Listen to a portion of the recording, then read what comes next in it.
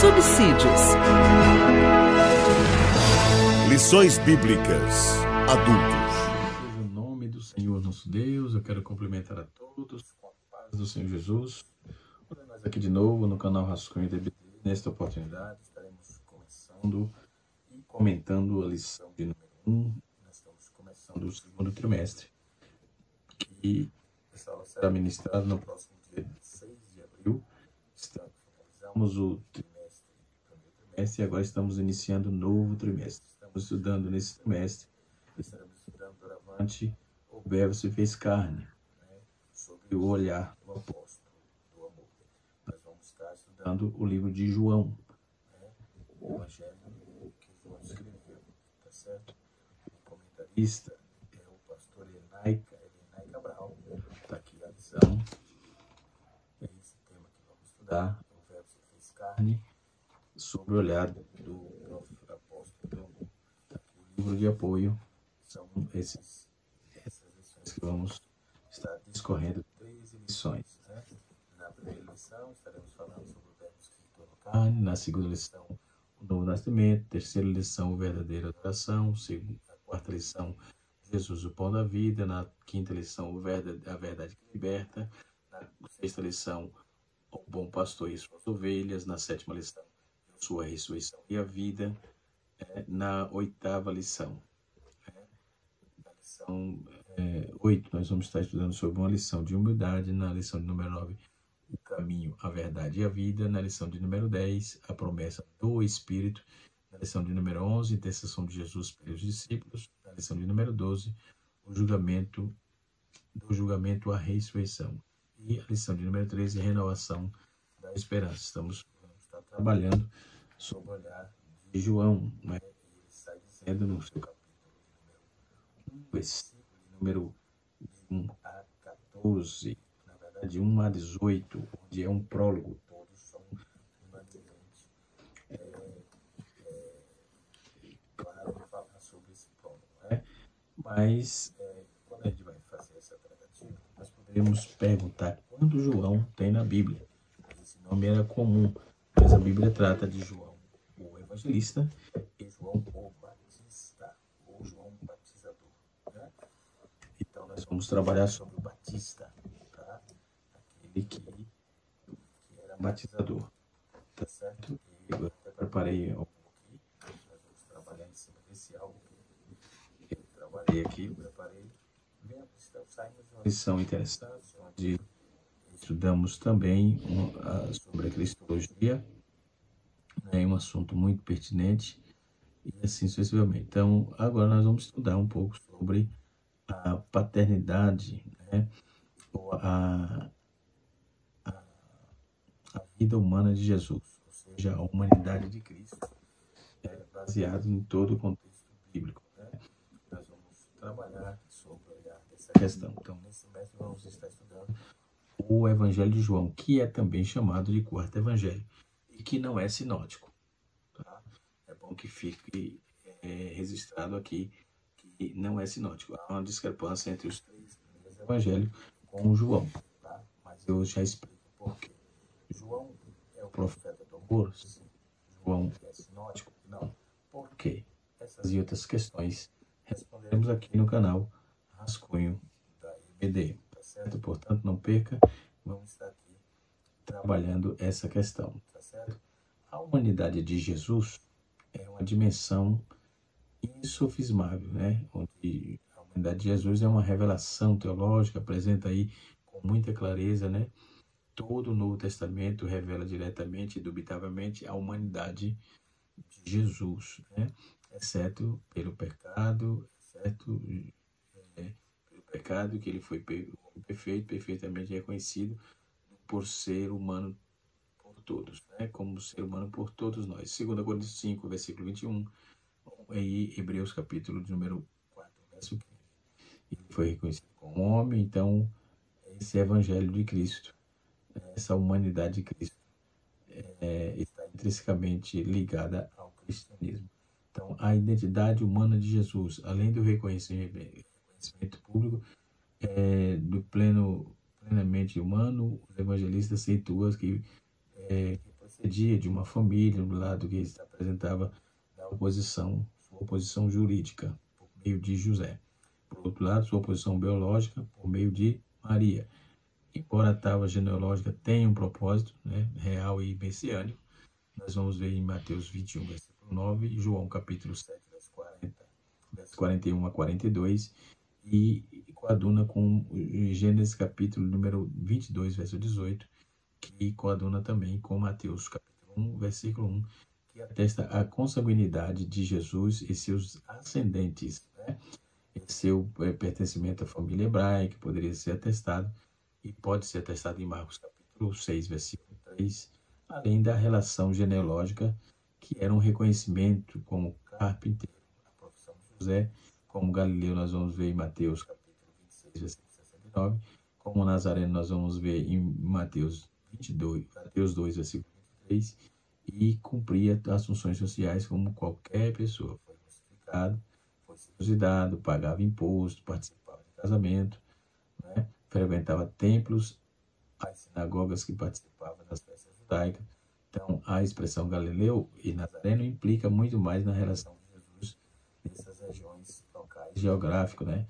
Com culturas e as profecias relacionadas. Elas descrevem um pertencimento histórico, né? Que somente um anti-humano é capaz de ter. A humanidade de Jesus e sua expressividade, né? Então, o João vai tratar toda essa questão, mas nós vamos nos ater aqui não, nós vamos direto para dentro do nosso assunto. Eu falo para dentro porque é o que nós estamos aqui para fazer, tá certo? João o Batista e João o Evangelista, né? Nós vamos trabalhar um pouquinho sobre esse olhar, tá certo? A lição, ela está dividida. Eu comecei aqui na introdução ao textual da nossa lição. Ela está assim: o Verbo se fez carne e habitou entre nós, e vimos a sua glória como a glória do unigênito do Pai, cheio de graça e de verdade. Capítulo 1, versículo 14. E o Verbo de Deus inseriu-se na história, assumiu a forma de homem para redimir os pecadores. Verdade prática. A leitura bíblica em classe está em João, capítulo 1, versículo de 1 a 14. Né? Embora todo o prólogo vai até o versículo 18, tá certo? Neste trimestre nós vamos estudar João, entre outros tópicos, vamos estudar sobre a divindade de Cristo, a obra transformadora do Espírito, os milagres realizados por Jesus, a crucificação, a morte e a ressurreição do Senhor. E nessa primeira lição vamos realizar um estudo introdutório, ou seja, vamos apresentar o prólogo do livro de João, tá certo? O Evangelho de João, tópico número 1, tópico número 2, Jesus, o Verbo de Deus, tópico número 3, nos fala sobre a encarnação do Verbo, tá? Então nós vamos estar estudando sobre esse prisma. Mas João Batista e João Evangelista, qual a diferença? João Batista e o João, o apóstolo, foram pessoas distintas, tiveram papéis importantes no cristianismo, cumpriram missões diferentes. Então, para sintetizar aqui, João Batista era primo de Jesus, preparou o caminho para a chegada de Jesus, foi preso e decapitado por ordem de Herodes Antipas, tornando-se um mártir. Sua festa é celebrada no dia 24 de junho, o catolicismo trabalha em cima dessa visão. E o nascimento data-se do dia 29 de agosto, e o martírio do dia 24 de junho, que era o nascimento, e o martírio do dia 29 de agosto, tá certo? João, o apóstolo, foi um dos 12 apóstolos de Jesus, era filho de Zebedeu e Salomé, irmão de Tiago, e outro apóstolo também, o apóstolo Tiago, foi discípulo amado de Jesus, escreveu o livro do Apocalipse, viveu até a velhice exilado na ilha de Patmos. Esse é João, chamado o apóstolo, e também é chamado de João Evangelista, tá? Então, essa é a diferença básica desses dois Joãos que encontramos na Bíblia. Tem vários outros, temos aqui esse material que pode te ajudar quantos Joãos tem na Bíblia, tá certo? Quem é quem na Bíblia, certo? Muito bem, mas vamos para frente. Escreveu o Apocalipse, viveu a velhice em Pátio, foi o único apóstolo que não morreu como mártir.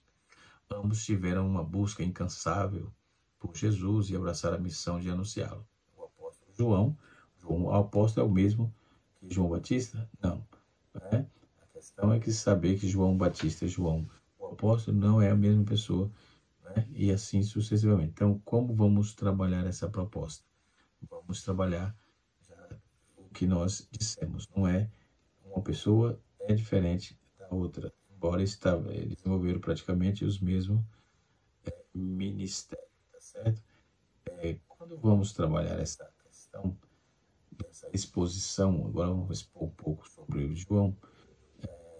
Então, o livro de João é sim um livro sem igual, vai tratar do amor de Cristo, vai falar, por isso que é chamado do apóstolo do amor. A literatura é agradável, a sua leitura, e o vocábulo é bastante simples, o uso prático, expressões semelhantes e profunda, por exemplo, a declaração eu sou. Embora não haja muitas citações implícitas no Antigo Testamento, João está repleto de temas, as alusões do Antigo Testamento, como o pastor, pão, serpente levantada. Há outros exemplos de ironia, por exemplo, como o exemplo do cego vê Jesus, mas aquele que vem não pode. Né? A previsão de Caifás sobre a morte de Jesus foi mais profunda e verdadeira do que ele sabia. Né? E muitas vezes é um ditado de João, de Jesus, conforme confunde o público histórico. Mas o leitor é capaz de entender o exemplo e destruir-se deste santuário em 3 dias e construir de novo. Então, o livro tem um enredo interessante, inclui Jesus, os apóstolos, às vezes confuso, às vezes antagônico, os judeus e fariseus. Mas o ano que, mais do que no nível de leitura, fica muito mais abrangente, tá certo? E assim sucessivamente. Em linhas gerais, João tem um esboço semelhante a outros evangelhos canônicos, como todos os evangelhos se encontram em Jesus, inclui João Batista, o ministério de Jesus na sua idade adulta, que também nessa grande sessão será a última semana de Jerusalém, que inclui a Páscoa, o julgamento da morte de Cristo. Por outro lado, os esboços de Mateus, Marcos e Lucas são mais semelhantes entre si do que os de João. Então, primeiro, João começa com o prólogo, no capítulo 1, versículo de 1 a 18. Depois ele vai tratar sobre João Batista, capítulo 1, versículo 19 a 51. Depois ele vai tratar sobre o ministério público de Jesus, que está no capítulo 2, no versículo 1 até o capítulo 12, verso 50. Depois ele vai trabalhar do cenáculo até a ressurreição, que é no capítulo 13 até o capítulo 20, versículo 29. E depois ele vai falar do propósito do livro, que é do capítulo 20, versículo 29 a 31. E depois ele aponta Pedro na Galileia, que vai do capítulo 21 até o versículo 25. Então, ele apresenta Jesus. Jesus é o Filho. Todos os livros da Bíblia é mais focado na pessoa de Jesus. No entanto, não se deve exagerar o caso. A Bíblia inteira, tanto o Antigo quanto o Novo, fala de Jesus. Né? Lucas capítulo 24, versículo 44 a 47, João capítulo 1, versículo 45. Além disso, outros 3 evangélicos se concentram na pessoa de Jesus. No entanto, a verdade é que João é mais focado na pessoa de Cristo. E em João, os aspectos enfatizados da pessoa de Jesus, ele é o Filho, às vezes ele é o preferido, apenas como filho, o Filho de Deus, o Filho unigênito de Deus. Então, essas expressões são relacionadas ao Filho, são todas claramente relacionadas à divindade de Jesus, dentro do entendimento trinitário, conforme confirmado em João, capítulo 1, versículo de número 1 a 3, João, versículo de 1 a 3, versículo 12, 18, capítulo 5, versículo 18, João, capítulo 10, versículo 30 e João 20, versículo 28. Além de mostrar a divindade de Jesus, se encaixa com ele na ênfase do Filho, explica ainda mais o relacionamento íntimo do amor entre Deus entre o Pai e o Filho, como nível humano, mas normalmente amam os seus filhos, assim ainda mais na Trindade. Né? Há um amor perfeito entre o Pai e o Filho. Né? O Pai e o Filho, todas as coisas têm confiado em suas mãos. Assim, procedo tudo para com todo mundo que sabe que o Pai e o Filho, como faço o Pai me ordenou. Então, João, há muitos parágrafos, no capítulo 14, versículo 13, 31, esses parágrafos em termos de Jesus analisa o aspecto em sua relação com o Pai, com a obra que lhe foi confiada. Além disso, existem vários outros textos que falam sobre o relacionamento entre Pai, Deus Filho, Deus Pai, Filho e Espírito Santo, né? João capítulo 14, versículo 16 a 17, João 26, capítulo 14, versículo 16 a 17 e 26, João 15, versículo 26, João 16, versículo 13 e 15. Né? A obra de Jesus, outro aspecto do relacionamento entre Deus, o Pai e o Filho. De certa forma, Jesus é apresentado como igual ao Pai, de outras maneiras, ele é apresentado como subordinado ao Pai. Então, os teólogos, o termo ontológico, igual, ou seja, em questão de ser, econômico, subordinado, e em questão da obra, para distinguir os dois tipos de textos, né, no que diz respeito à divindade de Jesus, tá certo? Então, quando vamos trabalhar a data do Evangelho de João, né, ele leva o nome, a confirmação da autoria encontra-se no capítulo 21, versículo 20 e 24, e todos nos escritos denominados dos pais da igreja, né, que admite que tenha sido escrito por volta dos anos 80, 90 depois de Cristo, de acordo com estudiosos. O Evangelho de João apresenta uma doutrina genuína sobre a divindade de Jesus. Assim, as expressões verbo divino, a palavra que se fez carne, são de grande importância nesses quatro evangelhos. Né? O propósito do Evangelho de João, o Evangelho de João tem como seu propósito levar o leitor a crer em Jesus. Ele é o Cristo, ele é o Filho de Deus, e ao crer encontrar vida em seu nome. Né? Não é por acaso que os especialistas referem-se à primeira parte, né, do primeiro capítulo como um prólogo, né? Ou seja, a apresentação. Então, esse Evangelho, capítulo 1, versículo de 1 a 14, ou podemos dizer versículo de 1 a 18, nesse trecho o apóstolo apresenta Jesus como Filho enviado de Deus ao mundo para fazer parte da história. Né? Assim, lendo, o Logos é a palavra encarnada. Okay? Então, a natureza de Jesus. Apesar do Evangelho de João sublinhar de forma clara a dimensão de Jesus, o apóstolo também aborda a sua natureza humana. No capítulo 8, versículo 39 a 40, capítulo 9, versículo 11. Então, nesse sentido, o Evangelho de João não só realça a divindade de Jesus como Filho de Deus, mas também discute a humanidade por meio da morte expiatória do nosso Senhor, em favor dos pecados da humanidade. Em João, tanto a divindade quanto a humanidade de Jesus são afirmadas. Né? Os milagres que confirmam a divindade de Jesus. Então, João, a testemunha ocular do seu, escolheu 8 dos milagres, e os sinais e prodígios, né? Como o escritor chama de para revelar a humana divina missão de Cristo. Né? Primeiro, transformação da água em vinho. Segundo, a cura do filho de um oficial. Terceiro, a cura de um homem coxo no tanque de Betesda. Quarto, a alimentação de mais de 5.000 pessoas pela multiplicação de alguns pães e peixes. Né? Quinto, a caminhada de Jesus sobre as águas. Sexto, a ressurreição da vista de um cego. Sétimo, a ressurreição de Lázaro. Oitavo, uma surpreendente pesca.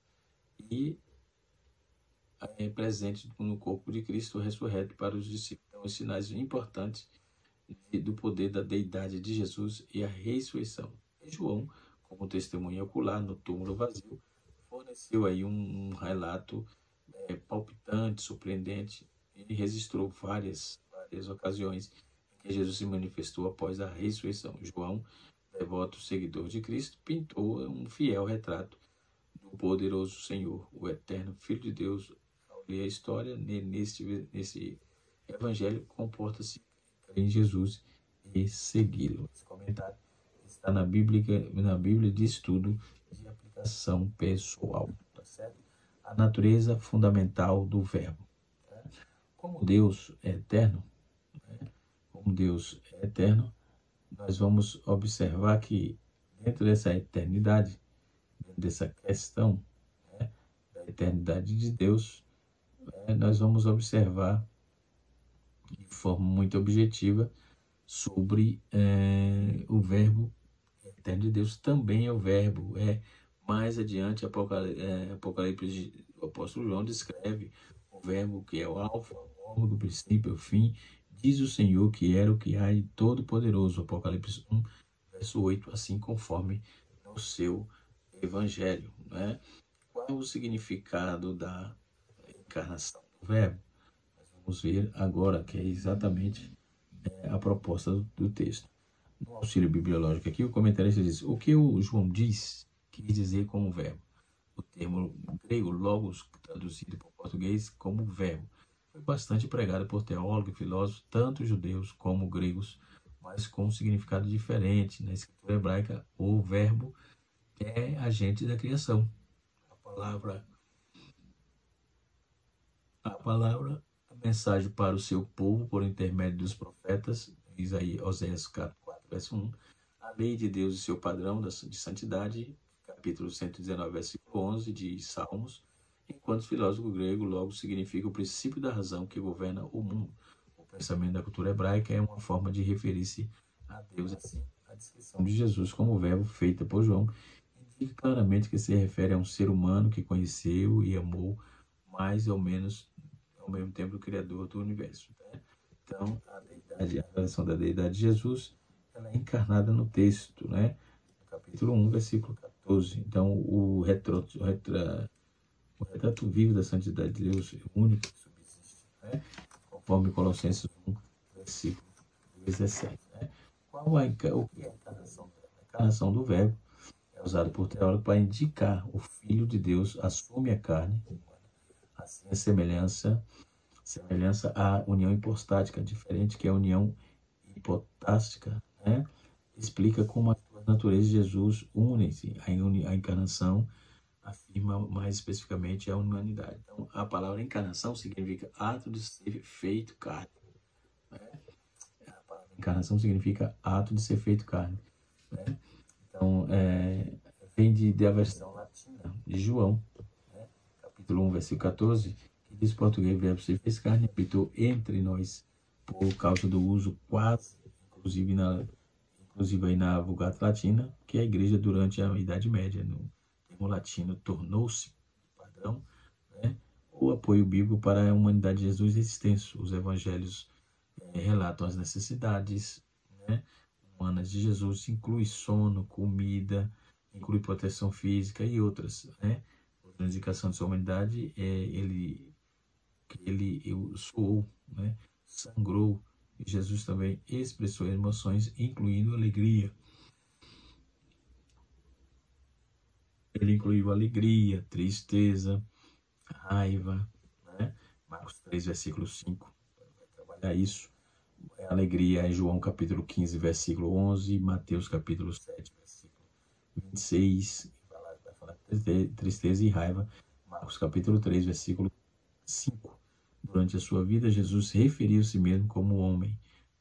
João 8, versículo 40. E após a ressurreição, a sua humanidade ainda era reconhecida em Atos 2, versículo 22. Mas o objetivo da encarnação não é provar comida ou sentir triste. O Filho de Deus veio em carne para ser o salvador da humanidade. Primeiro, era necessário nascer sob a lei. Gálatas capítulo 4, versículo 4. Todos nós falamos e cumprir a lei de Deus. Cristo veio sobre carne, sobre a lei, para cumprir a lei em nosso favor. Gálatas capítulo número 4, verso 5.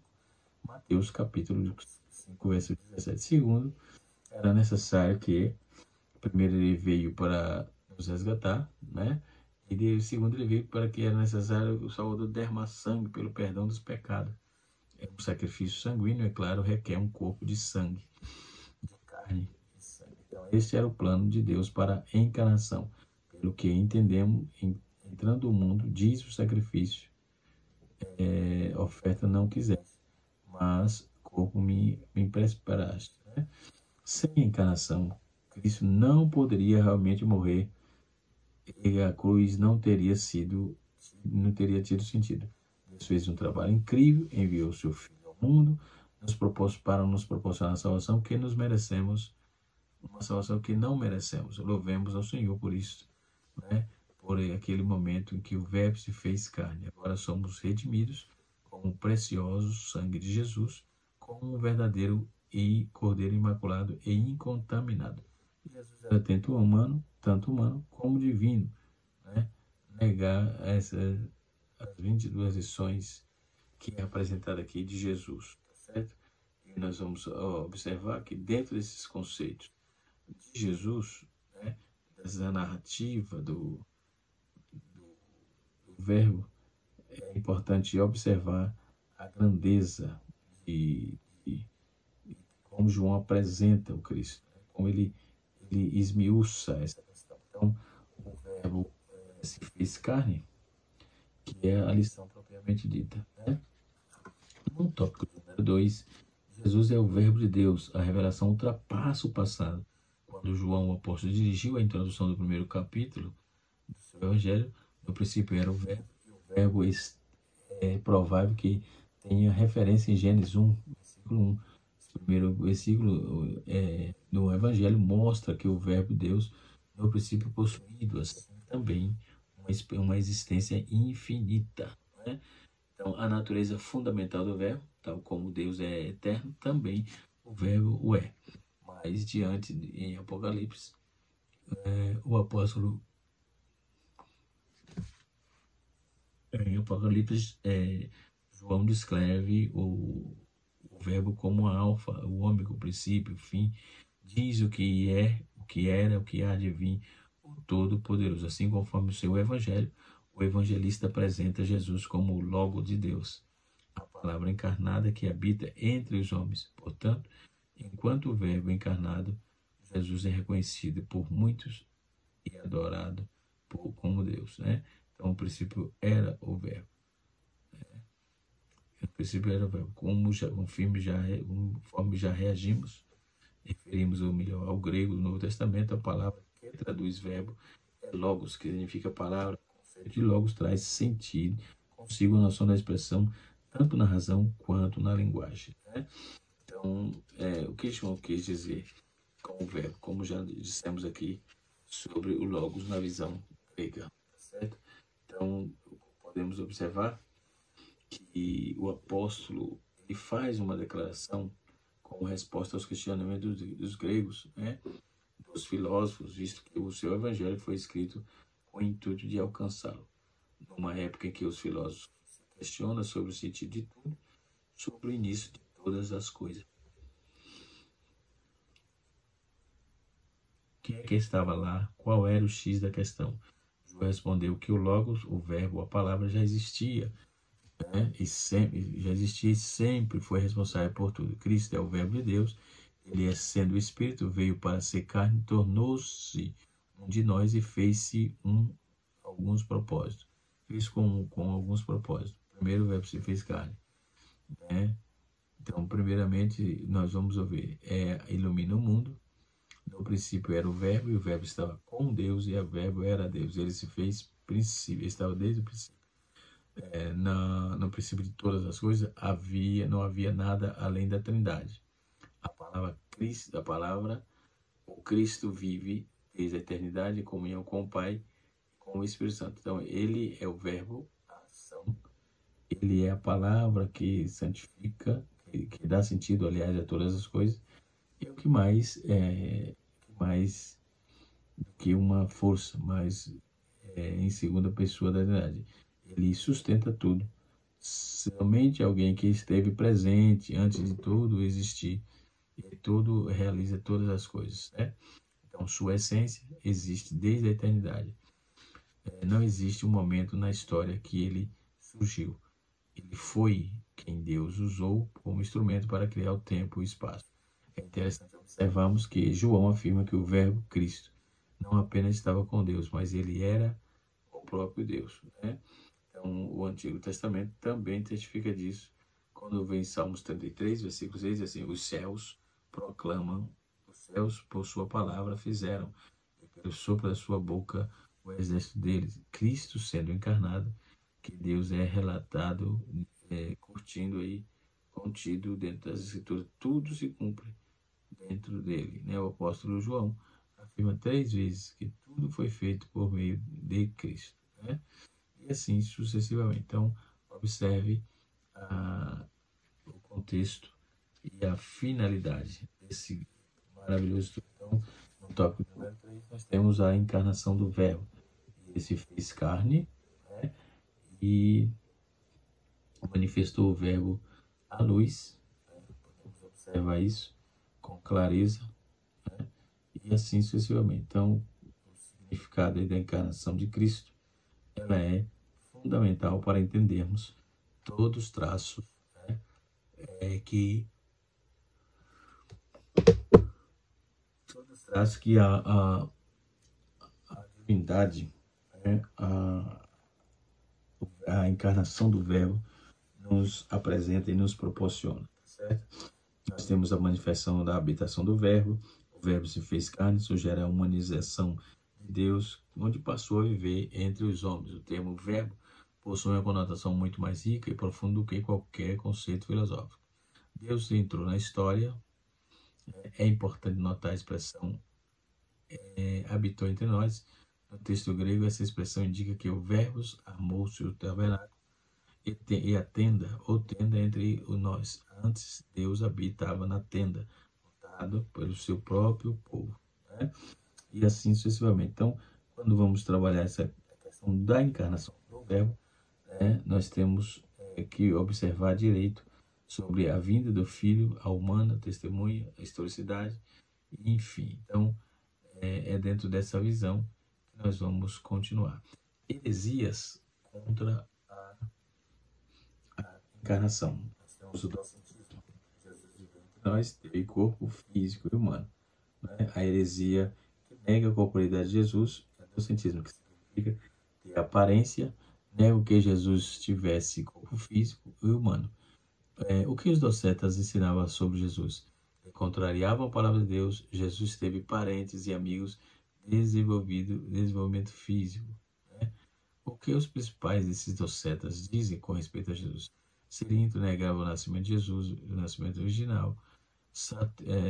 Sarturino, Jesus não teve corpo. Marcião negava a sua humanidade, tá? Então, a afirmação apostólica da corporeidade de Jesus, e que ele era desde o princípio, capítulo 1, versículo 1, o Verbo já existia antes da criação. João não perde tempo, não perde vista, o Verbo se fez carne. Então, a reafirmação apostólica mostra que Jesus veio em carne ao mundo que pode ser tocado pelos que com eles convivem, né? Depois nós temos uma crença herética que todo aquele que nega Jesus veio em carne não é de Deus. Eles são chamados de grandes enganadores. Precisamos ter cuidado com isso, né? Quanto ao nascimento original de Jesus, o Mormons, né, e a Igreja de Unificação negam o nascimento original de Jesus, e a virginal, o nascimento original é a concepção do Espírito Santo. Quanto à morte de Cristo, o Alcorão declara que Jesus não foi crucificado, que tudo não passou de uma simulação. Aí nós temos a confirmação histórica, que é um fato incontestável. Os historiadores não cristãos, judeus e romanos atestam a divindade de Cristo, a permanência de Cristo na eternidade, tá certo?